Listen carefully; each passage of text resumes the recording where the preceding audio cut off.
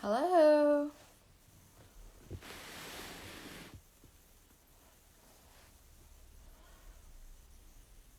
Hi there.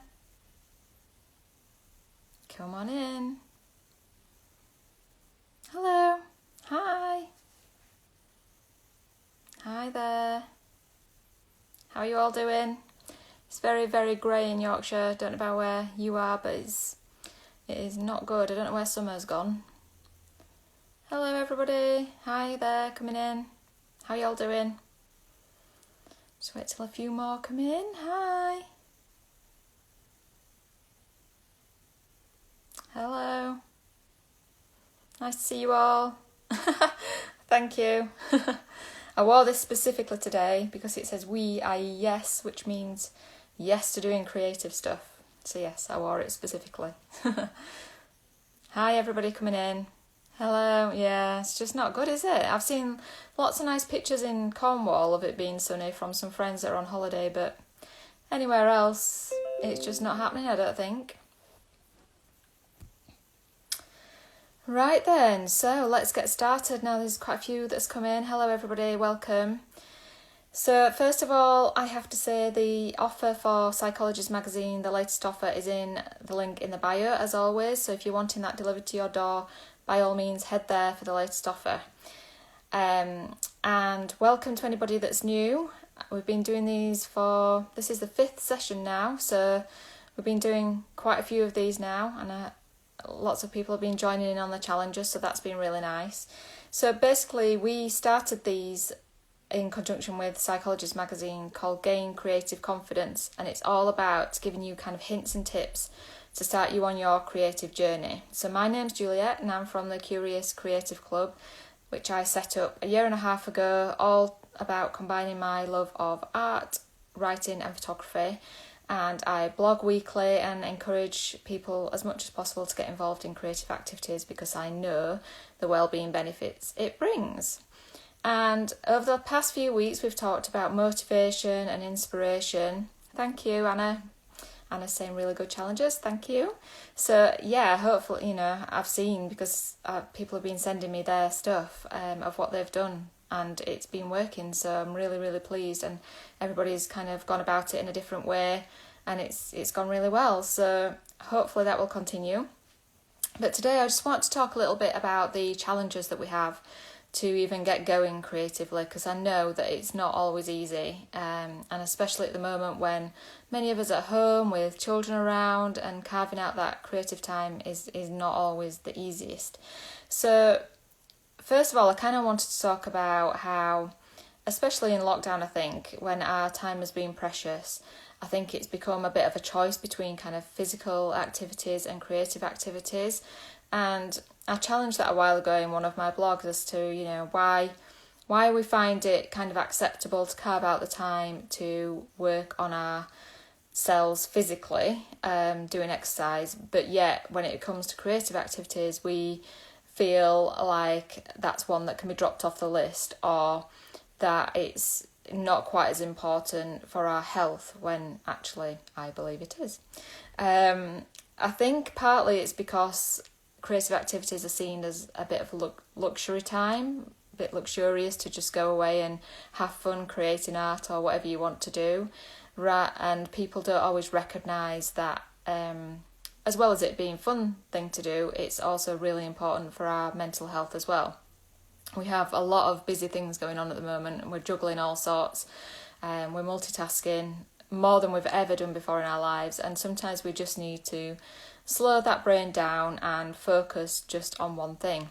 So that's where creative activities come in. And so I want you to kind of reposition that in your head, that it's not necessarily a luxury thing, it's a necessary part of self-care in my mind.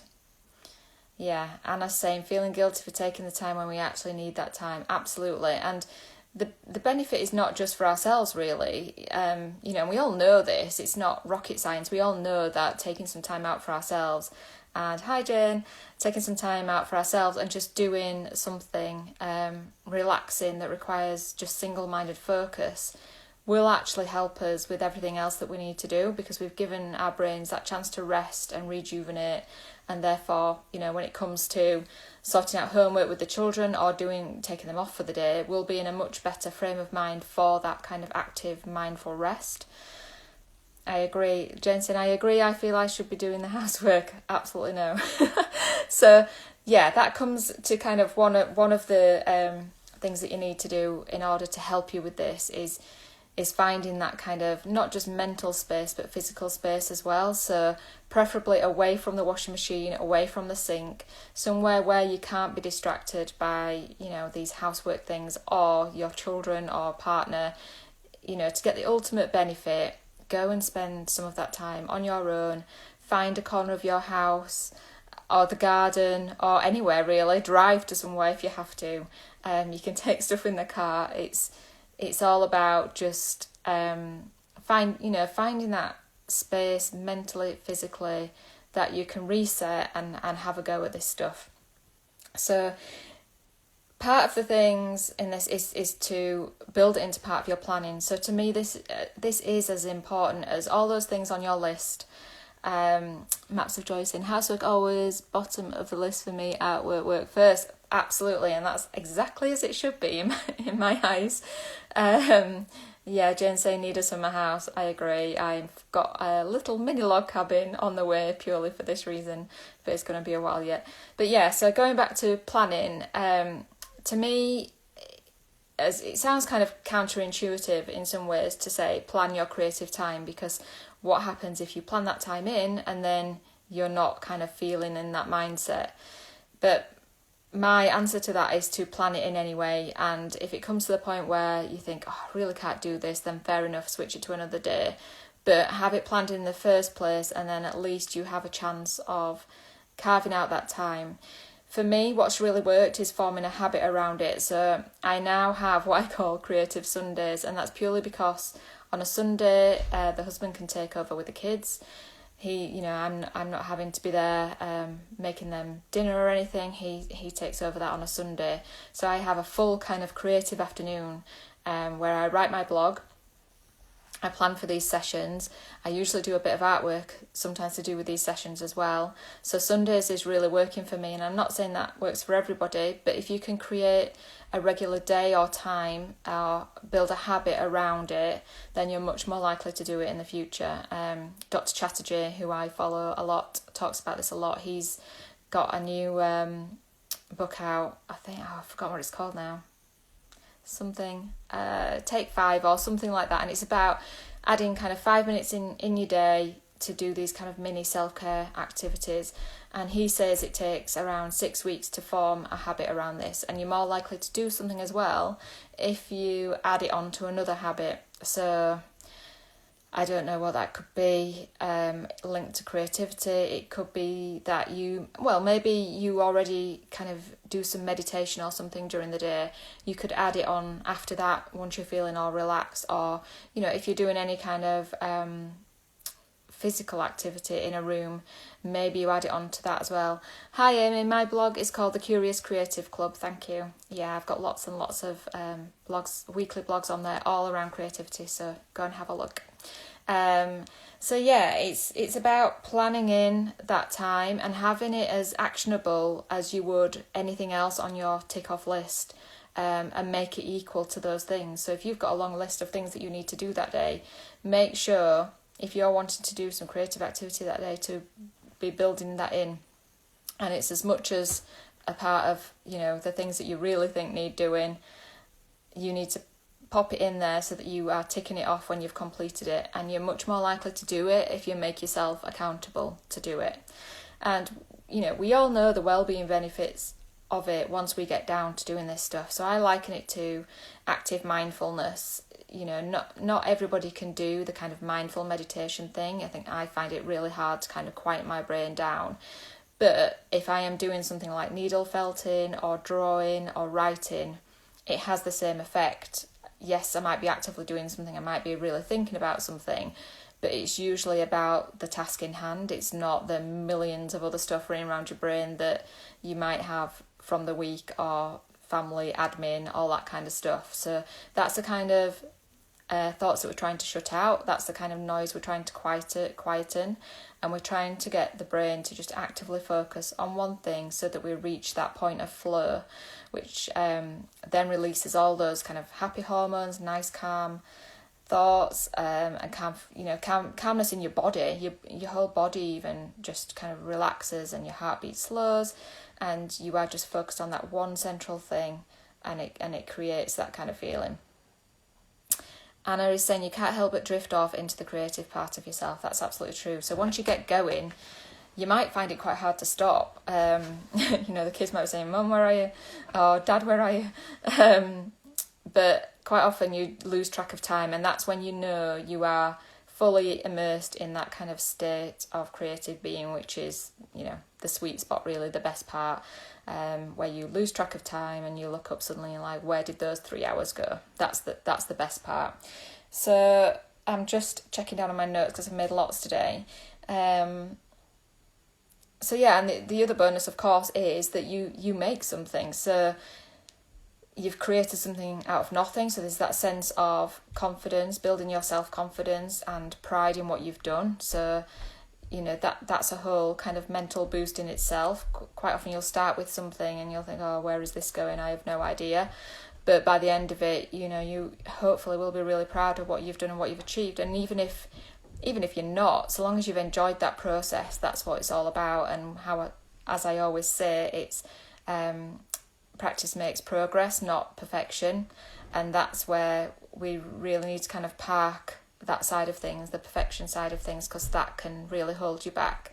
And it's about the process of getting stuck in, getting involved. And even if, like I say, you don't like what you've produced that day, you will have learned from that. You will know next time, okay, I didn't enjoy that particular bit, something wasn't quite right there, I'll alter that next time. So it's still a really beneficial experience, and don't ever kind of beat yourself up for anything that, in your eyes has gone wrong. It's not, as Levi Roots always says, and I always quote this, there's no such thing as failure. The word failure should be just replaced as feedback. So anything that's gone slightly awry or slightly not as you'd planned, just treat that as feedback, not that you have failed at that task. And that's really important so that you continue to build on that confidence. The other thing I suggest, so as well as kind of writing it on your list and keeping it equal, hello everybody who just joined, keeping it equal as to all your other jobs on there. The other good idea for those that don't have a lot of time or have different amounts of time and not quite sure how to fill it or where to start creatively, I really recommend creating a creative self-care list. And I've done this before with writing, so it's really simple. It's just writing out different types of that particular activity that take up different amounts of time and energy. So I'll use writing as an example. So for that, it could be writing a really creative post to go on your Instagram, which doesn't take a lot of time. That could be literally like a 15-20 minute task, but you've still got those kind of creative cogs going in your brain. Another one could be poetry, which slightly longer, and depends kind of what your topic is, how long you want it to be. You can do really short poems called haiku poems. I don't know if you've ever heard of those, but they're really kind of short. Have a look at the kind of rules around those. It's quite specific, but it's an interesting challenge to do because you are so limited on words. You have to choose those words really carefully. You can do, longer poems, you can do short stories. So if you had a grid of all these writing activities and put them down on the left hand side what they are, and then on the right hand side if you put the kind of time that you would allocate to that and how much kind of energy you need for that. So something like a social media post, I should imagine, wouldn't require much energy and would be fairly easy to compile. But if you're doing a short story or a part of your novel, then obviously that's going to require a lot more kind of mental energy and time as well. So if you create a grid of all these different things that you can do in relation to your particular creative pastimes, or the things that you want to do, so like you can do it for art, you can do it for anything. Just create this grid where you have the different options down the left hand side and the time and energy down the right hand side, and that can really work for when you're not quite sure what you want to do. You want to do something, but you're not sure if 15 minutes is worth it, or you might have 2 or 3 hours and you think, wow, this is a big chunk of time, what can I do with that? And it's just a really simple way of checking in and thinking, right, okay, well, I've got some direction here, I've created my list before, I know what I can pick off that list, and that really helps to kind of guide you in the time that you've got. What I would say as well is notice the difference of when you are doing these activities, how you feel, try and, although it's quite difficult when you get lost in the activity, but try and just kind of pause in the middle of it and just take note of how you're feeling now you've come to do this stuff. You might have been really stressed before, you might have been running around lots and it's the first time you've had a chance to sit down all day, and you might just instantly kind of feel calmer. Or you may have had quite a boring day and you come to do some creative activity and you feel really energized from it and you end up spending a whole afternoon on it. It really can change the state of your mind and being just by doing these activities. So it'll be interesting to note kind of the effect it has on for you, and this will help with the task in a minute as well. So the task for today, now we've talked about some tips and tricks to kind of get you going. I do highly recommend finding a space in your house that you can go and hide to, definitely. That really helps. And also creates that boundary of that's my time, that's mum's time. Just leave me be for half an hour and I'll come back to you all refreshed, revived, and all the rest of it. But it does help to find that kind of space in your house to avoid all the distractions, because that can, really not help creativity in any shape or form. So to help you partly with this today as well, I'm going to get you to think of a guiding word. So for those that have never heard of this, I'm sure lots of you have if you follow psychologists and various other kind of well-being accounts, you'll have heard about guiding words, and quite often we set them at the beginning of the year. But I think with 2020 being the kind of year that it has been, it's a good time to think of a new one, because quite frankly the old ones might not be working anymore because we're in a different world. But also you can link these closely to creativity. So in the past I've created guiding words for myself. I've been doing it about 4 years now, and these are particularly linked to like the whole of my life, but linked to creativity as well. But I think for this task, if you can just think about linking it to creativity and how to motivate yourself. But to just give you an example, so when I first started out 4 years ago, I started writing my first novel, and I had not the greatest kind of self-belief in myself that I could do it, and so I wanted to try and kind of give myself a bit more confidence that was possible. Hi, those that are just joining in, hiya. So you can't see it because it's the wrong way around, but I bought myself this pig. It's like a flying pig and it says believe on there. So that was my word for the kind of first year, and I hung that up in the kitchen, and just to try and kind of encourage that self-belief that step by step I could do this, I could complete something as huge and large as a novel. So that was the first one. I've had the word inspire before when I started the blog, and that was for me to be inspired by the various creative groups that I joined, but also for me to inspire other people via the blog and all things like that. So that's how that one worked. This one was last year, I think, and it's a bit strange, this one. Can't really see again because it's the wrong way around. In fact, let me just switch this and then you'll see it. So there.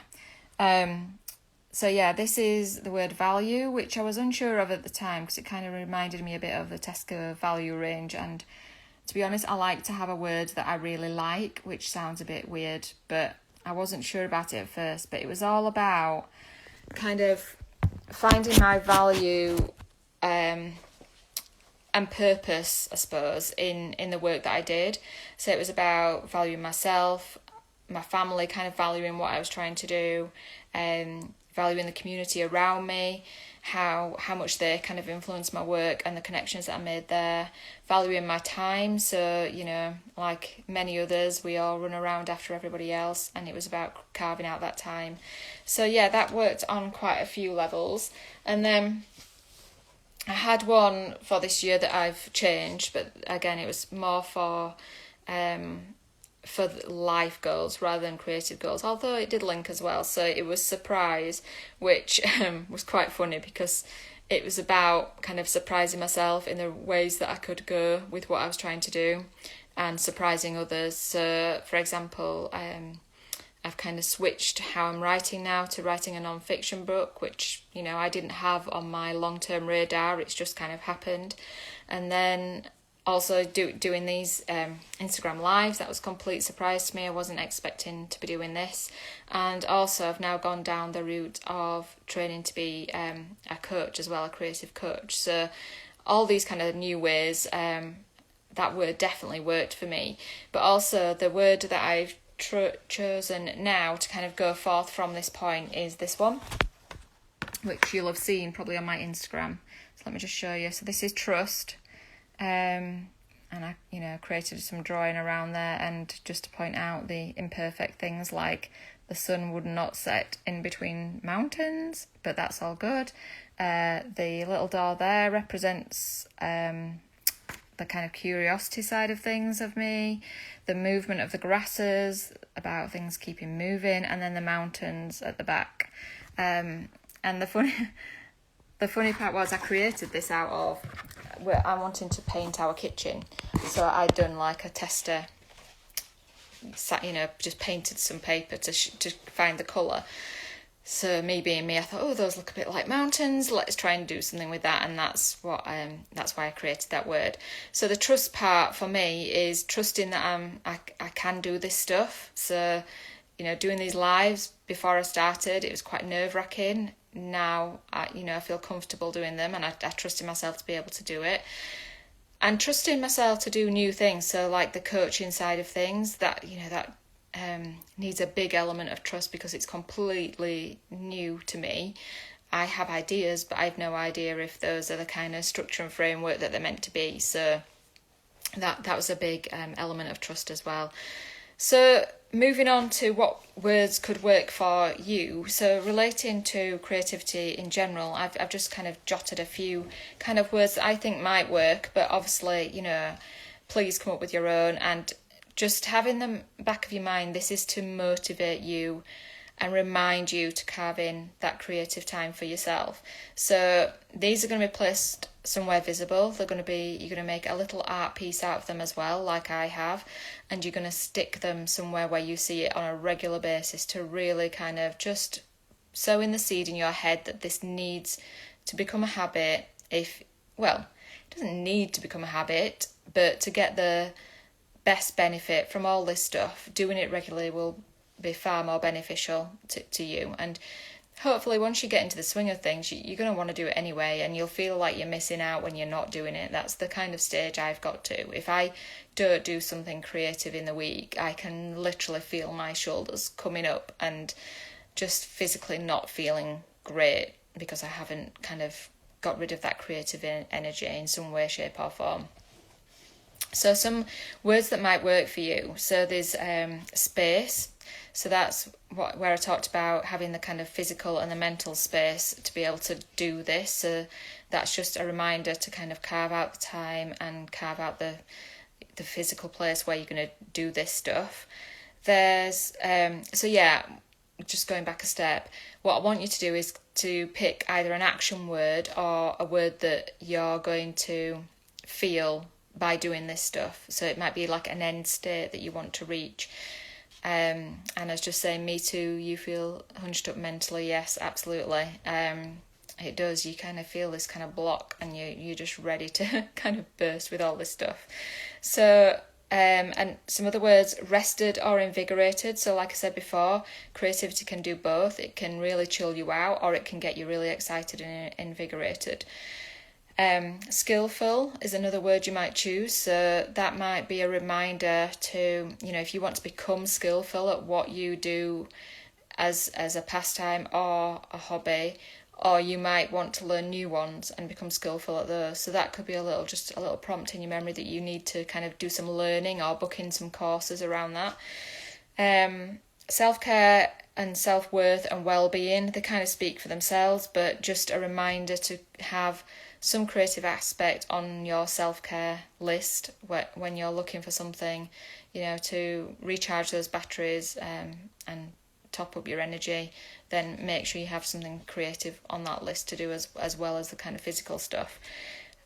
Another word would be enriched or excited. So, you might have a really dull job, which sounds awful, but many people do, and I definitely found that in my old job. And you might want to create some more enrichment in your life to kind of counterbalance that. And a lot of people do end up having side businesses from creative work as well. So you might have an idea for a blog or a website, or something really that excites you and motivates you, and that's kind of how you want to feel. You want to feel enriched in your life, and by adding this stuff in, it kind of negates the often dull job and things like that. So the other word could be therapy. For people that have been through some really tough times, myself included, anybody that's really struggled through COVID and Corona, or any kind of family troubles, or there's a whole load of ways that people struggle in life, and creativity can often become your therapy. So again, going back to noting how you feel, treating it as your therapy. You might not be able to afford to go out for extra help, so that could be your own way of kind of solving that issue. And it can often be an outlet and really cathartic as well. So if you're going through something really tough, writing in a journal or writing down your feelings could really, really help. And it's an easy, free way of kind of accessing that support, really. And finally, self-expression. So, many of us out there are kind of creative introverts. We might not feel really comfortable in crowds. We might not be as... we might not get our energy from exterior people. We might get it internally from what we do for ourselves, and often we're quite happy to be on our own, but it might be a fantastic way of you expressing yourself through your art, through your work, through your writing, through whatever creative means may be.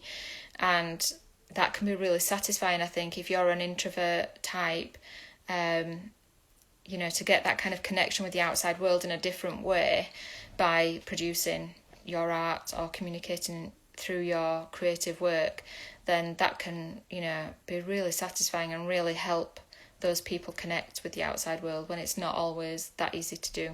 So that's another way that we can do this as well.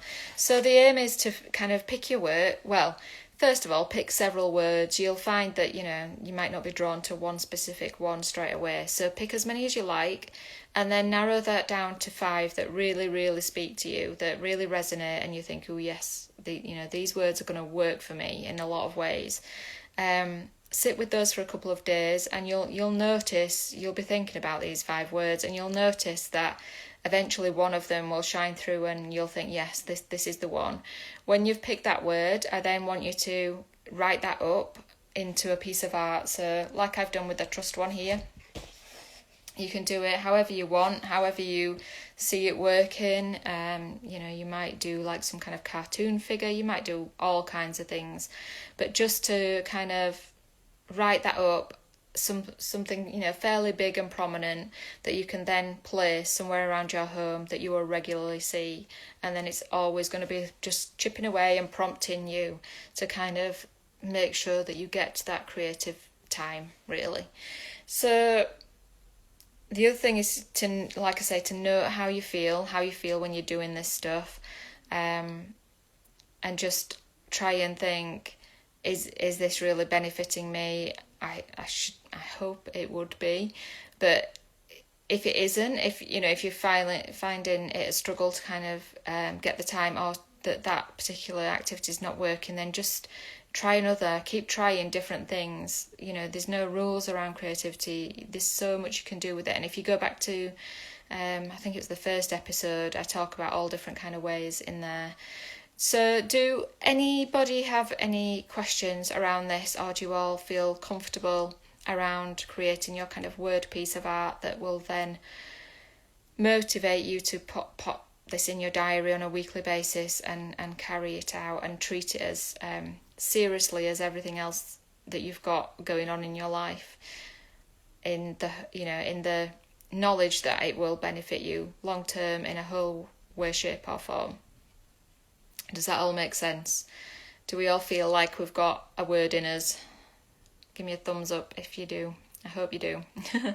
As always, I'd love you to share. I know that's not everybody's thing, but if you do want to share, then please either send it to my DM on Instagram and I'll share it on my stories, or you can pop it on my Facebook page, both of which are the Curious Creative Club, so just pop on there. Or you can share it on Psychology's Connected Communities as well. We keep trying to share little bits and bats on there so that the whole Psychologist community can see what we're up to and may want to join in. So by all means, send your stuff there. I love to see your work. I love to see how it's working, and please do let me know how you feel when you sorry about that, I don't know what happened there. It would be really nice to see all your work and know that these sessions are having an effect, because that's what it's all about. It's motivating and encouraging you to get some creative time, and then we'll all feel a lot more content and happy. So I hope that's been good. Hope there's tips in there that you feel like you can use practically. I'll be here next Monday for another session. That'll be our 6th session, and then I'm on holiday after that, but I will tell you all about when things will come back. So I'll explain all that next week. But it's been lovely to have you here, lovely to have your company on this grey, dull Monday. Hopefully that's given you some ideas. Don't forget the offer of Psychologist magazine is in the bio for to get it sent to your door. And we all need some extra fun magazines to get us through this time and through the summer holidays as well. So please go sign up to that if you haven't done already, and have a lovely rest of your week. I hope to see some of your creative work being sent to me, and just have fun with it, play about with it. As always, don't take this too seriously, but plan that time in. You deserve it. We were all working really hard, we're all multitasking like crazy, so take that time out, have some self-care, creative time. It's much needed. And you all take care, and I will see you next Monday. Bye now. Take care. Bye-bye.